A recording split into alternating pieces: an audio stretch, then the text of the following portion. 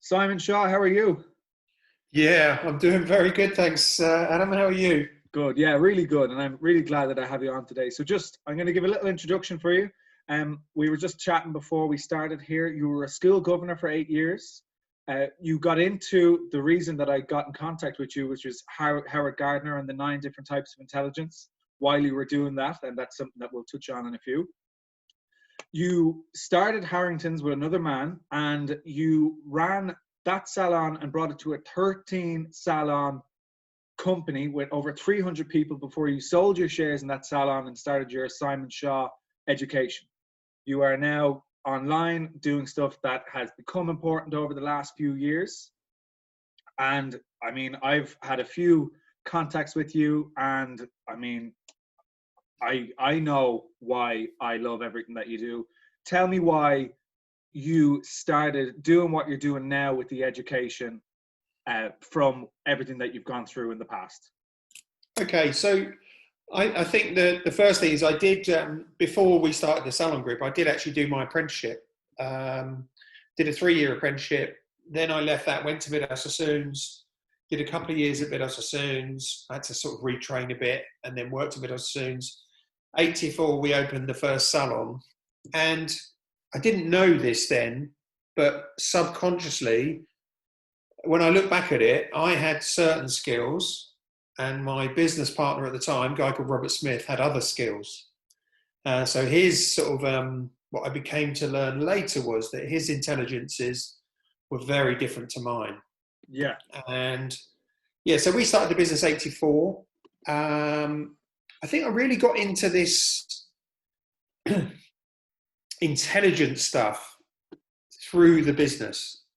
Although, to be honest, I'd always been interested in the mind, how it works. And even from the age of like 16, I was reading books about, you know, the head and people and how we work, and, you know, little sort of very, very simple philosophy books, and, you know, trying to make sense of the world, I think, because I know you hear this a lot, but when I was growing up as a kid, I had very severe eczema as a kid. And when I was growing up, I didn't feel like I really fitted in with the other kids, even though I did, and I clearly did. So I think I was trying to understand where my place in the world and what was I about and all that stuff. Yeah, so I got into the intelligence stuff when my eldest daughter, started school. And I became a school governor, as you said. And that was, we'd already had a business up and running. We were already quite successful. But we were essentially, I left school at 16 and I was a hairdresser, and I saw myself as a hairdresser, and with its limitations and, you know, it's the baggage that goes with being a hairdresser. You know, you're uneducated, you haven't done a degree, you haven't done your A-levels over here, you do A-levels. And, you know, it was kind of a bit of a chip on my shoulder.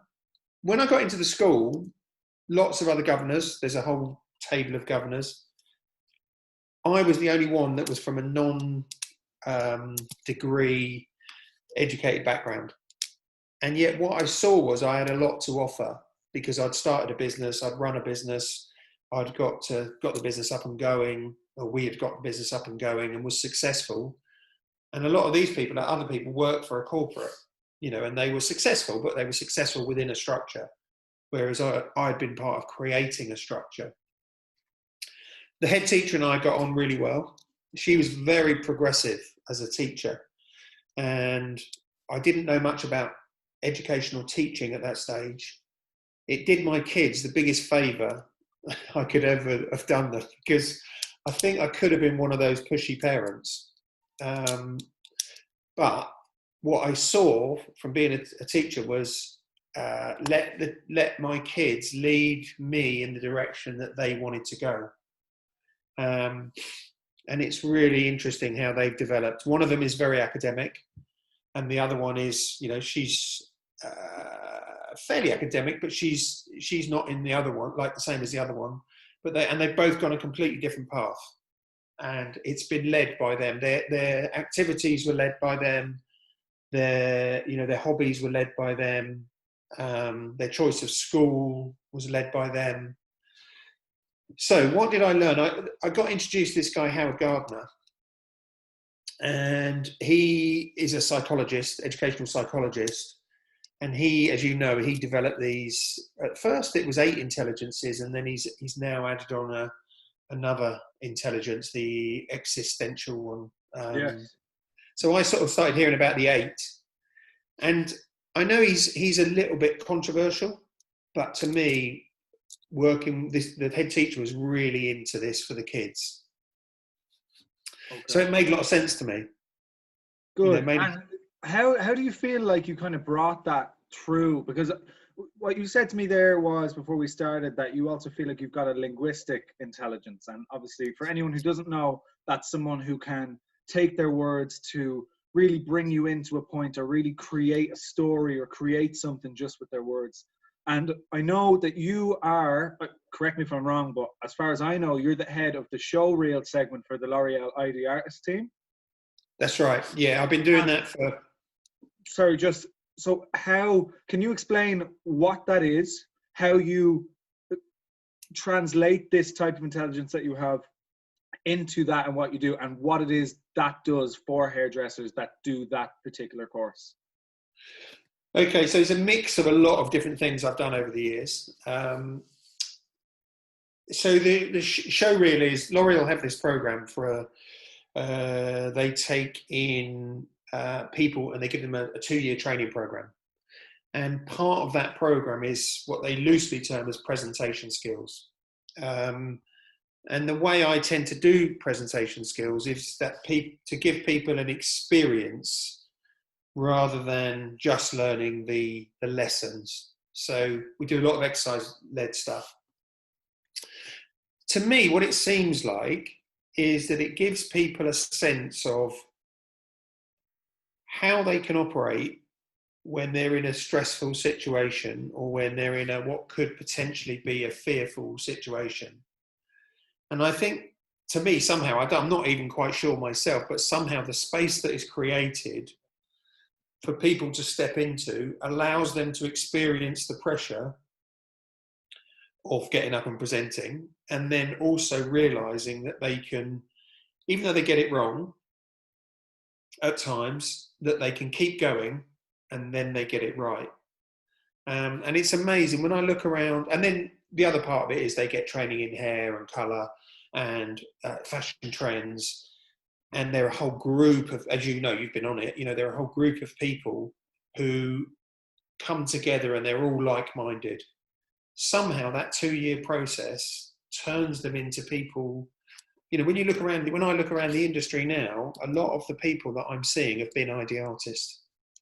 I'm sure over in Ireland it's the same, but it's the same in it's the a UK. Huge program. I mean, people really don't understand how much it can change people. And I know people that have been on it, and when they went on it, they were shy and, like, obviously great hairdressers, but didn't know how to portray themselves. And then you just see them grow into this, like, massive, like, almost untouchable hairdresser, with just a couple of other hairdressers and a couple of, like, not to talk down, but, like, it is just a couple of courses, but whatever it is about those 2 years just really seems to mold people. And I just think it's amazing that that exists. And I want to ask you, how do you feel like this is my pizza coming. How do you feel like you, with that type of, like, environment, bring that out in people? I think it's me personally. I think everything you do is based upon your personal experience, and I think you don't start a business when you're 24 years old and then leave it when you're 49 and not learn a lot along the way. And when you're running a business, you have to learn stuff. Like when we talk about the intelligences, my main things are intrapersonal, naturalistic, and intra and in. I can't even say the other word. How do you say it? There's inter and inter. So yeah, there's intra and interpersonal. So intrapersonal is your own, and then interpersonal is you with other people. Okay, so that's perfect. So my understanding of myself has been forged over many years of, like I said, I think I said to you before you started, when I was growing up as a kid, had severe eczema, didn't feel like I fitted in, kind of wanted to understand who I was and where I was from, you know, the whole parent stuff and all that, and kind of wanted to understand my own head. So I've always had that wanting to understand myself. Once I got to a good level of that, I then noticed that I was actually pretty good at understanding other people. And I never went on any courses of it or anything like that, but it's almost like I could, especially when I was doing presentation skills, I could spot something in somebody by a movement or their shoulders were tight or their arms were tight, or I could just, only in that zone, it would be like a little zone I would get into. I didn't walk around like it, in the bar, I wasn't thinking about it, but in that zone, it was like that one-on-one time. And I might say something to something and it would suddenly unlock something. It's very hard to describe. It's I think you've described it personally, and even by looking at you and like hearing you saying it, like the fact that you can look at somebody and with a movement of their body or with a shake in their voice to be able to like depict that, dissect it, and with whatever words it is that you give to them to either encourage them or to bring them down or whatever it is, it's undeniably a great intelligence to be able to see something that isn't a tangible physical thing, and to be able to not just see it, but then to shape it and mold it and then give it back to someone and change, like, without making it sound way bigger than it is. It does change people's lives when you can do stuff like that. Yeah, it's weird, isn't it? I mean, also it's changed my life. Don't forget, a lot of people have sort of talked about that sort of stuff, that those 2 years, and I'm only a small part of it, changed people's lives. But it's changed, it changed my life. I started on that course doing haircuts. I'd done a video for L'Oreal of a little blonde graduated bob. And at the very start of the IDRS program, I think actually when Ben Gary was on it, Mark O'Keefe was on it. No way. And who else was on it? I can't remember. Anyway, those were the original days. And so I was doing haircuts. Christian Shannon. No way. Yeah, all those guys were on it. Legend. And so I would rock up, and it wasn't quite like as it is now, but I demoed a haircut. So I demoed 2 haircuts, and then I did the next day, people would do those haircuts on blocks or on models or whatever. Anyway, then because of the way L'Oreal is, they kept getting new people in to do stuff, which you need to do. But we realised there wasn't a dedicated presentation skills part of it. And a few years ago, I did loads of weekends with the Actors Institute, which it was all about this sort of stuff. So I combined all of and I've done loads of stage shows for L'Oreal all over the world and all that stuff. So I combined all of my sort of knowledge, and we ran a pilot course, and then we developed it. And I was just thinking there though, Adam, the biggest thing is when you're doing that one-to-one stuff, it's all about being in the zone. It's all about being, and I talk about this in the course, it's about being present. And that means it's really quite a nice space, really, because everything else in the world goes away except that person in front of you, and you become incredibly present, in tune. Sounds a bit weird as I'm talking about it now, but it becomes more than just a presentation. It becomes a connection. I can feel it right now as we're talking about it. I'm like being dragged in. It's weird, isn't it? It is a weird thing. It's not I don't know that it's all on a conscious level. I don't know that it's all you think that's what you're going to do. I think some of it is just the way it is, Yeah, it's more than emotion. It's more than like the way you do it. There's something more to it.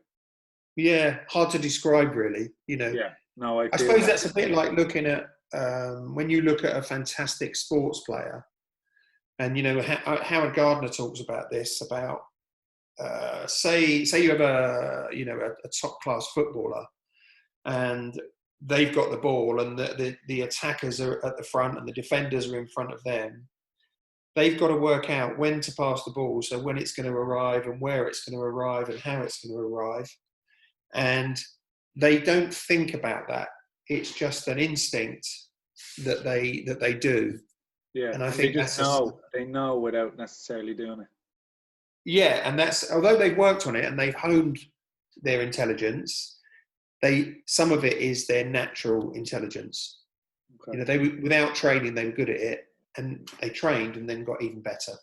I want to ask you something. You said along the way there that the ID Artist program has changed your life, and I'd like to hear a little bit about like how it has changed your life from the day you started doing the haircuts, and how it has molded you, and what you have learned, and how you have improved on these intelligent types along the way.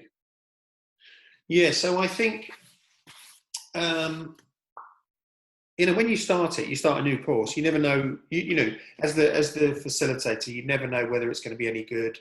You naturally have doubts. You doubt yourself. You doubt everything that you're doing. And I think over the years, one of the things that changed was I used to get really quite nervous about it and be a bit stressed about it. And then I got to this stage where I would say, right, for this course, what I'm doing right now, I'm just going to accept that every course up until now has worked. And so whether I believe it or not, and whether I'm getting stressed out about it or not, just let your brain understand that this works. And then as soon as people would walk in the door, everything would go away. And so I've been able to bring that into other areas of my life. If I've got any self-doubts about something, of knowing that if I show up and I'm completely present, it will work. And if it doesn't, and I make a mistake, it's not the end of the world.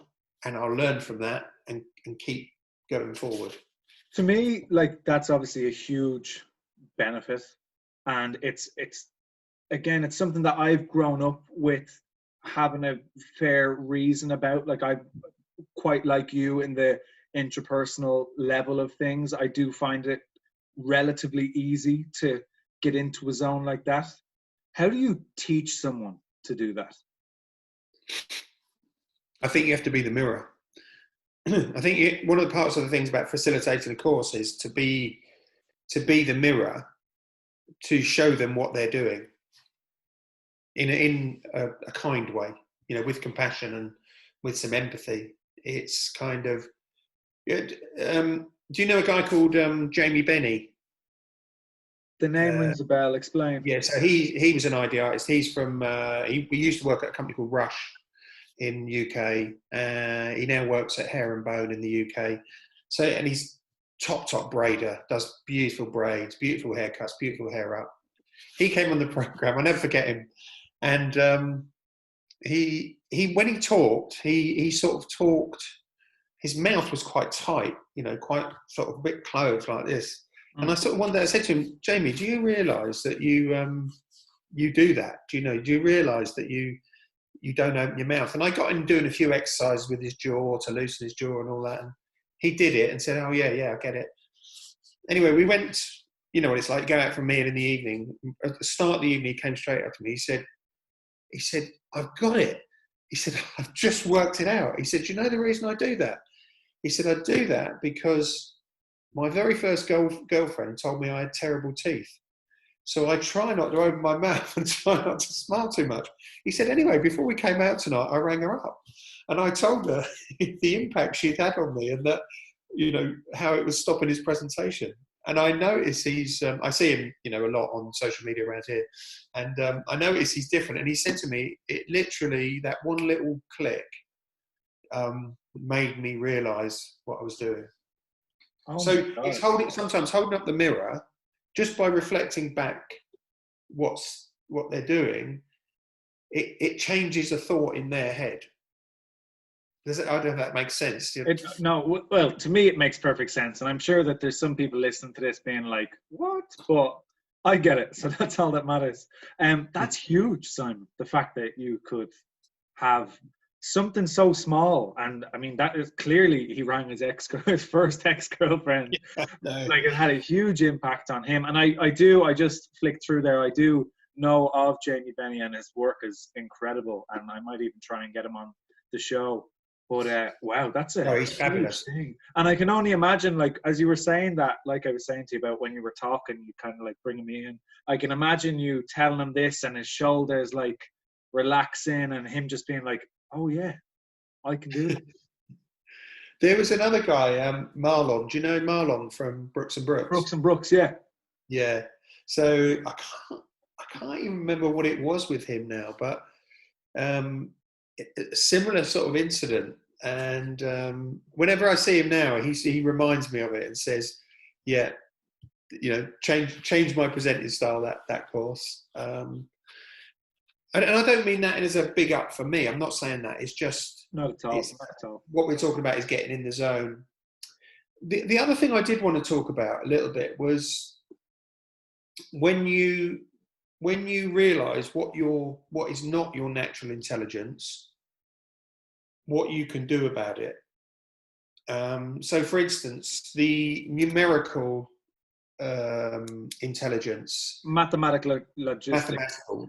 Yeah, I mean, I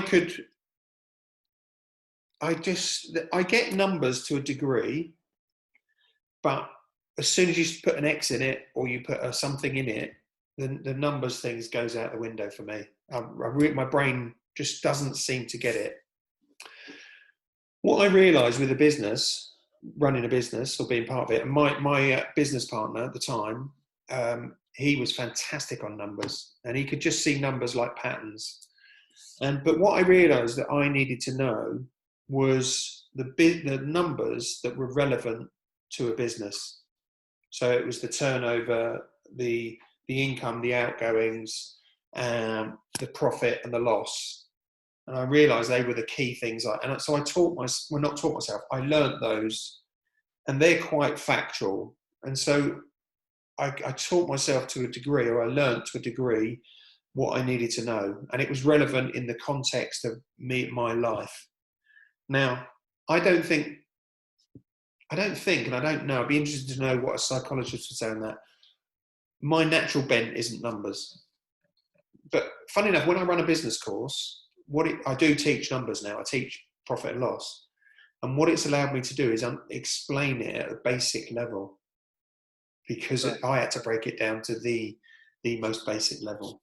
I'd be interested to hear what you have to say about what I'm about to say. I am a firm believer in really doubling down on your strengths, and obviously to an extent work on your weaknesses. Like, yes, you have to know profit and loss. And I don't know if you did this specifically on purpose or whether you just did it like by accident, but I'm a big believer of surrounding yourself with people that fill in your gaps and bring you up to that level. So like that, I would be similar enough to you on the maths side of things, and bringing people into my life that have that type of logical, sensical way of doing things definitely brings me up. But it also kind of gives me the time and energy to put into what I'm really good at and make the best out of that. And then they do that, and we come together and build the best possible thing as a team. Yeah, absolutely, 100%. What gets in the way of that sometimes is ego. Because people, the people that want to be in charge, or the people that want to take control, their ego won't let them bring in somebody who's better at something than they are. On that topic, what the intelligence has allowed us to do in the salons, when we looked at the salon management team, you need a lot of different type of skills. So if you can mix up the personalities in a management team to cover as many of the bases as you can, it makes for a much better salon. And it's why it's why they say opposites attract. I think if you can let yourself have somebody in your life who's got different skills to you, then it's much better. Do you feel like you ever had an ego? Yeah, I'm sure I did. Yeah, I mean, I'm sure I've still got one. We like to think we haven't, but the way I understand ego is it's the bubble you put around yourself to protect that little, in our case, that little boy that's inside us, or if it's a girl, the little girl inside of all of us. We've still got that, and the ego is the bubble you put around it. Yeah. Once you get to a point in your life where you realise, actually, in most situations, I'm going to survive, I'm going to be okay, you kind of don't need as big a bubble. That's the best way for me to describe ego. Do you feel like you learned that, like, is there any particular time or way that you learned that, or is it just an over the time experience? Oh, I think experience. I think life. I remember when we very first had Harringtons, and we were thriving. We were flying as a company, and we won a load of awards. We won Colour Trophy, British Hairdressing Awards. We won men's hair. Not for me personally, but we won Men's Hairdresser of the Year. We won Art Team of the Year, and we won 3 awards on the same night. And it was kind of like, those sort of things mean something at that stage, and you realise all that stuff it's nice, but it's not essential to who you are. And that can be stripped away at any minute. When I sold my shares in the company, for lots of reasons, too long to go into, you suddenly realise you're not company director of this company. You're not, necessarily driving around in the flash car. You're not doing all that stuff, and you realise actually none of that is important. If you need too much of that, it's a kind of way of stroking your ego.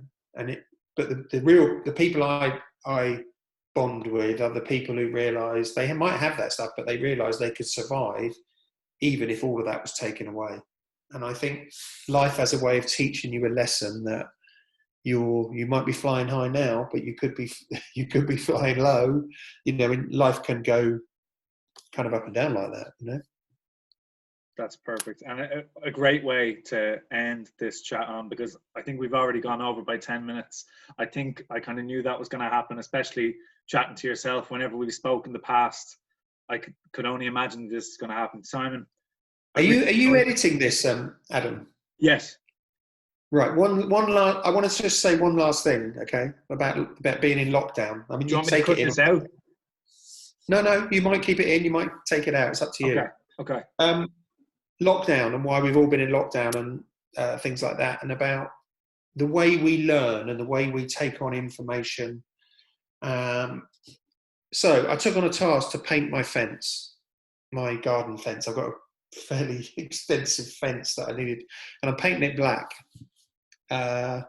So what I noticed was, and this is the way your head gets in the way of all sorts of stuff. What I noticed was, I was started painting it, and I was worried about whether I'm painting this thing right or not. And, is it going to be all right? Is it going to work? Am I doing it properly? Am I covering every little bit? And then I remembered, just relax and just learn as you go. So I got this, got my headphones on, got a little philosophy podcast on, actually, which I'll tell you about in a minute, and I think you'd love it. And I just relaxed, and suddenly you develop a way, without thinking about it, you develop a way of doing it without even trying.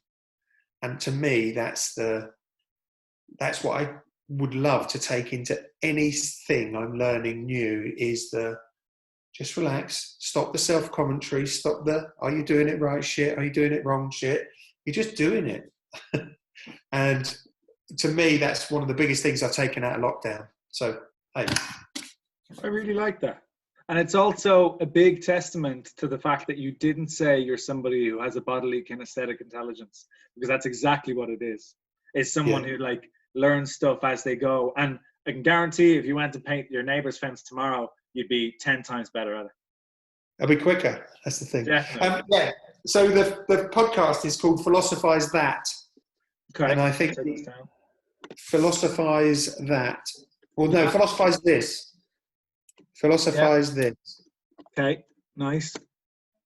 And is it on like different philosophers in general, like kind of different types of stoicism and whatever else? It starts from pre-Socratic philosophy. So before Socrates. All of that. Before philosophy really got going. And then it goes, it's like a history of philosophy. Whoa. It's really interesting. I mean, there's a bit in it where there's so many amazing bits, but it kind of looks at which philosophies all the major religions kind of took up as well. It's really, mind-blowing stuff. I'm going to get onto that. Right, well, just because we're sharing these things, two things that I would like to share with you, podcast-wise. There is a podcast called, I think it's either called You Think You're So Smart or You Are Not So Smart. One or the other. And this has been great for me because I find so many times in life, somebody will mention something. Like I was sitting on the bus a couple of weeks ago before all this happened, and somebody mentioned something about bees. And without even realizing, I was like, oh, well, you know that bees like do this particular thing and they mate this particular way. And and then I regurgitated this whole big thing. And they were like, how the fuck did you know that? And I was like, oh, I don't really know. So it's like, it's these kind of cool things. And the whole idea of it is that it explains things to you that like you really should know how they work, but like you just take them for granted. Yeah, love it. Really interesting. Some of them are 20 minutes. Some of them are like an hour and a half long. I listened to one the other day about how like psychopaths and sociopaths' minds work and how that trickles into people becoming murderers and stuff. Really interesting. The other one is, and he's very, very Irish, so I don't know if you're going to be able to understand him. It's called The Blind Boy. I'm good with the Irish after all those years in Dublin. This dude called The Blind Boy Podcast. And it's one particular show called, it's something to do with the CIA and modern art. You'll see it. It's one of the top ones there, like in the first 10 or so. And without ruining it for you, it's about how the CIA influenced modernist, expressionist art and modernist art in general. And like when you hear it, it's mind-blowing to think of everything that you think modern art stands for. This flips it on its head, shits all over it, and you're like, oh my God, like that is wild. And like, it's insane. And he's loads of really cool stuff like that. So I'd suggest I'll have a little look at those. It's on the bees. Did you see the thing? Two things on the bees. Did you see the thing about the groomers? No. Well, maybe in the bee colonies. No. So they have these bees that their special job is to groom the other bees. And they reckon it makes their immune system stronger because, lots of bees are dying from pesticides and all that stuff. And it makes their immune system stronger. I just read that in the paper and I thought that is one of those facts I'm not going to forget. Ever. Yeah, and I will definitely, next time I'm telling somebody about the philosophy of bees, I'll throw that one in there. And the other thing was in the Philosophize This podcast. He's so good. He's American, the guy, but he's quite listenable too. But he tells you a philosophy, and you think, yeah, I can buy into that. I could go with that philosophy. And then he tells you why it was all dismantled and why nobody believes in that anymore. So it's a little bit of a mind maze thing, but yeah, it's good. I like that. Oh, brilliant. Okay, Simon, look, thank you so much for this chat, for everything, and I really hope that I enjoyed this so much. I really hope that in the future we can just pick up and have a chat in a couple of weeks' time and not even record 100%. It. Yeah, look, brilliant. Be interesting for me to interview you and look at what you've been doing and all that stuff. Sounds good, Simon. Simon, thank you so much. Have a great day. Worries. I will send you over some clips in the near future. I'll talk to you soon. Enjoy the pizza. Crack it.